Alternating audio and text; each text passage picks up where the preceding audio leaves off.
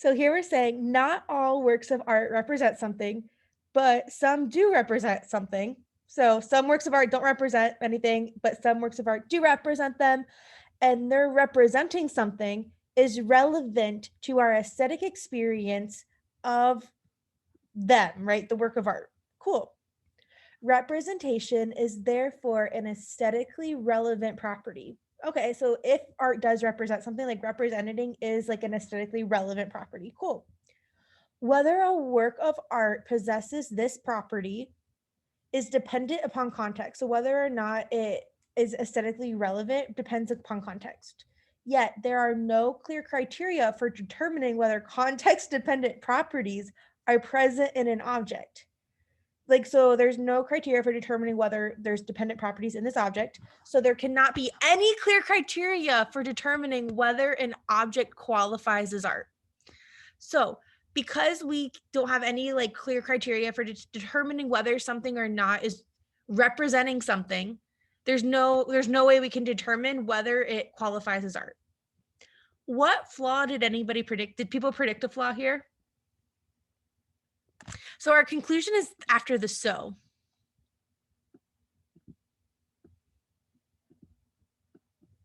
What were we failing to consider, or what were we assuming?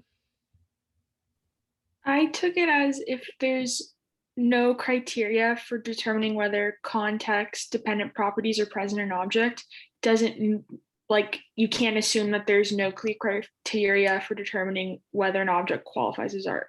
Yeah, it's like there's assuming that there's nothing else that could do it, right? Yeah. Do we see that? Like, even if we don't understand the stimulus completely, once we got to a conclusion that was that strong, like there can't be anything to determine this because we don't have this one thing.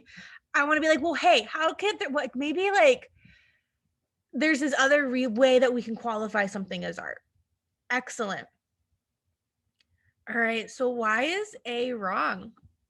Sabrina has A and B, so go ahead and walk us through these.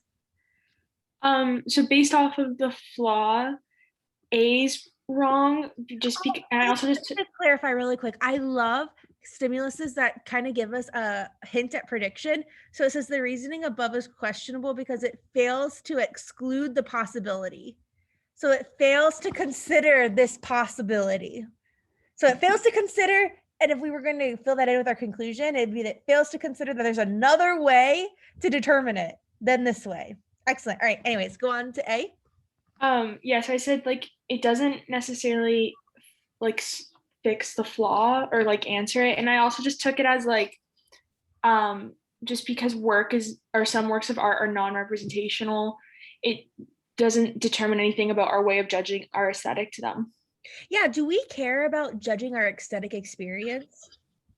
No. That has nothing to do with, we're just trying to determine if it qualifies as art. We don't care if it's aesthetically pleasing or not. Excellent. And then with B, an object may have some aesthetic properties and not be a work of art. It doesn't, I don't know, like this one was harder for me to understand why it was wrong because I was stuck between B and C, but I chose C. But the reason I guess I took why B was wrong was because, I mean, it also doesn't 100% answer the flaw, but just because it has those properties doesn't mean that it might not be a work of art too. No, okay. These ones are way harder to explain.